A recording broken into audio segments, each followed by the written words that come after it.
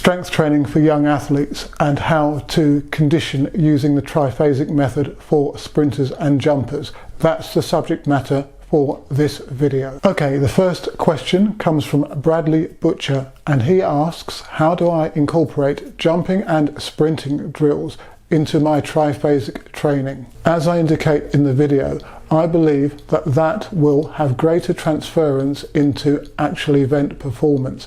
Plus, we're going to get a more directed potentiating benefit too. So, dealing with the latter, on 2 occasions this year, I have gone through phases of experimentation with potentiated activity.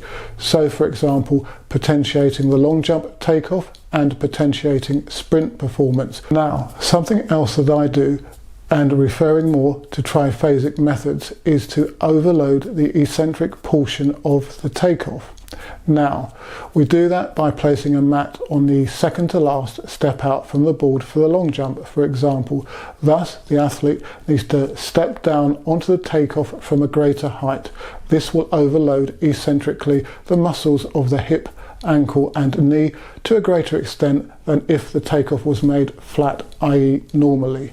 Additionally, in terms of incorporating multi-muscular activity into everyday training sessions, we will do stop and block bounds where the athlete swings from a bound and blocks and holds the landing. We will also do jump forwards to jump up movements which require an eccentric block as the athlete leaps forwards to then jump upwards. We will also do isometrics in terms of bodyweight exercises for the calves and hamstrings, for example, and quads. So all these will be incorporated into normal training sessions. They'll not exclusively be done as standalone strength and conditioning workout. This is key to what I call my jigsaw puzzle training method. That means that I incorporate all the elements that I believe are going to improve jumping and sprint performance into regular training sessions. So we will work the hip muscles so that we can improve the swing forwards off of the takeoff, for example, and develop greater heel recovery for sprinting. So not only do we break down the specific movements, we break down specific muscular actions that are associated with those movements too. So many of the sprint drills incorporate an exaggerated eccentric portion, i.e. in terms of heel recovery and the bringing of the foot to the front, which stretches the hamstring muscles eccentrically. So not only are they getting a workout that is similar to the movements required of sprinting, but they're also being strengthened accordingly. And consequently, for example, we've had very few hamstring strains with the athletes in the training group over 10 plus years of using these methods. We will also do more movement orientated strength training. Now, what do I mean by that? Well, for example, pushing a heavy sled is a very concentric type of movement, but I believe that to be superior in many ways to squatting a heavy load, as it's single leg action, unilateral, as you're pushing against the sled and you're trying to move it relatively quickly and generating potentially more force and power that is relevant to sprinting and jumping, as opposed to weight training and the squat, as I've just mentioned. So hopefully that gives you a good idea as to how I train triphasically within everyday training sessions. Just to add, we do a specific triphasic training session or two within our weekly training, but again, often that is tacked on to the end of a normal training session.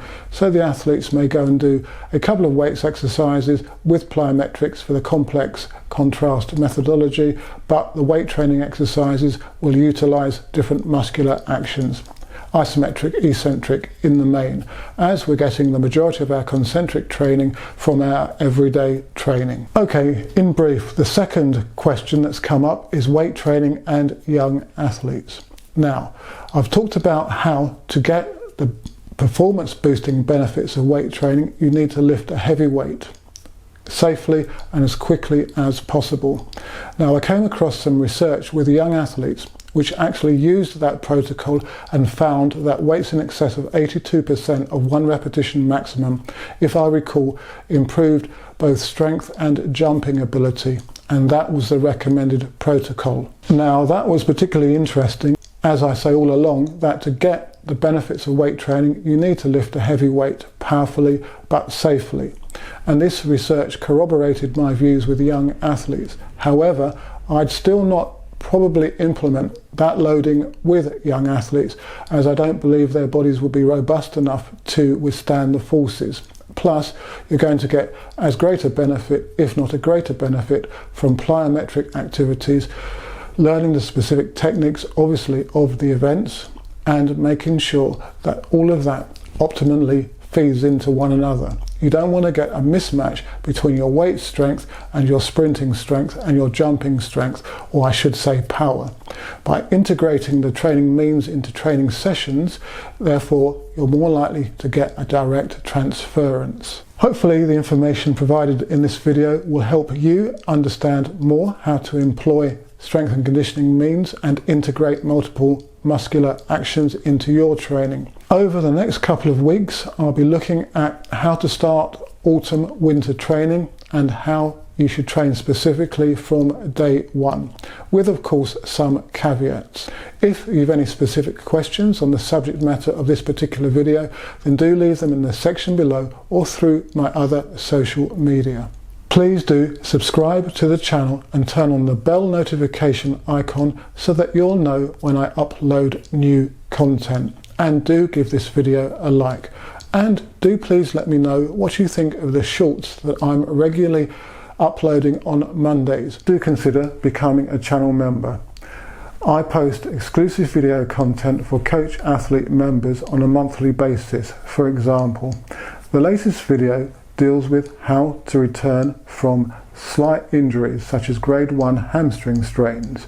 I take you through the protocols, procedures and drills which I use to get athletes back to fitness as soon as possible, but as safely as possible.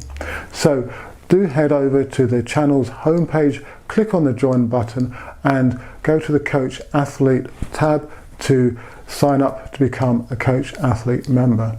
There are also other memberships available, such as channel supporter, where you do just that. For just £1.99 a month, you help me to produce the content that's hopefully helping you become a better athlete and a coach. If you're interested in the extremely portable and accurate free-lap timing system, then do drop me a message. The system is accurate to 2/1000 of a second and can time end times and split times.